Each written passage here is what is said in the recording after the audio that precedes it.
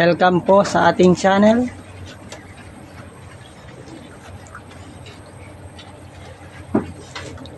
Ang kambing po ay isa sa mga hayop na pwede nating alagaan sa farm.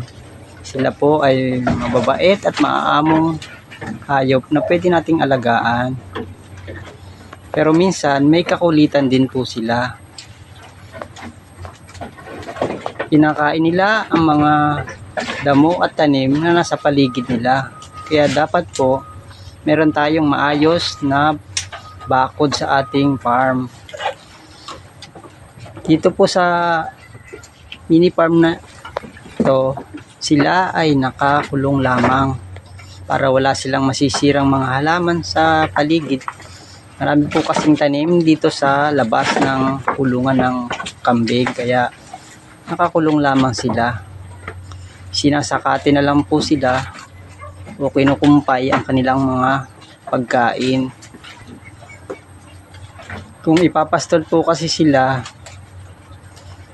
maaari nilang kainin ang lahat na makikita nila sa paligid. May bakod man ito o wala. Kahit nakabakod na nga, basta may butas na kaya nilang lusutan, lulusutan nila yan. Ganyan po kakulit ang mga kambing. At kung may masisira naman po silang mga halaman sa labas ng ating bakuran, pwede po silang masaktan kasi itataboy sila ng mga may-ari ng mga taniman.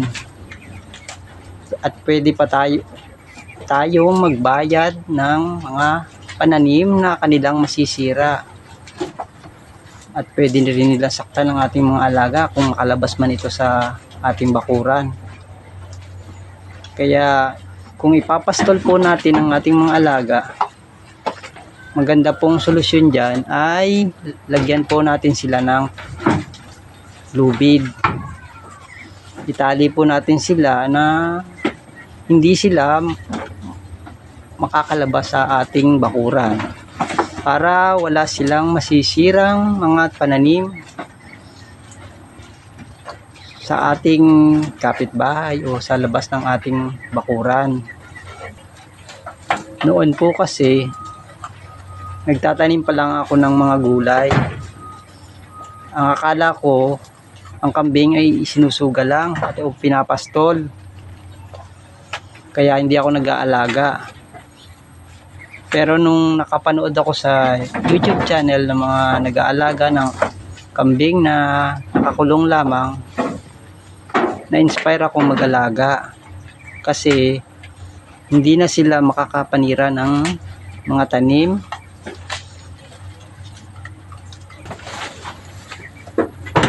Mula noon po,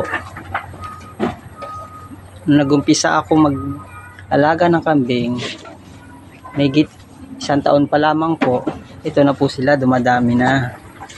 Yan. Ang dating kinaiinisan, ngayon, alaga na sila ngayon. Ayan. Ang mga kambing po, mga hayop, wala silang isip. Ang na alam lang nila manginain. Hindi po nila iniisip na tanim ba ito o damo lang. Kaya sa mga nag-aalaga po ng kambing, bantayan po natin at alagaan ng maayos ang ating kambing para wala silang masisirang mga pananim natin at pananim ng ating mga kapitbahay.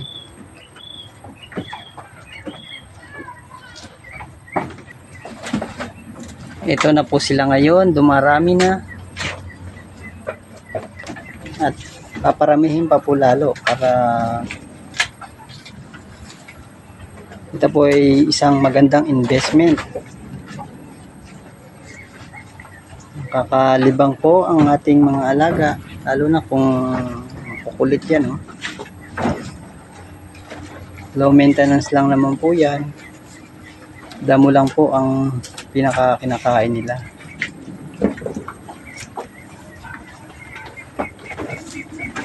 Sa Sana po ay ma-inspire kayo at mag-alaga din po kayo ng kambing.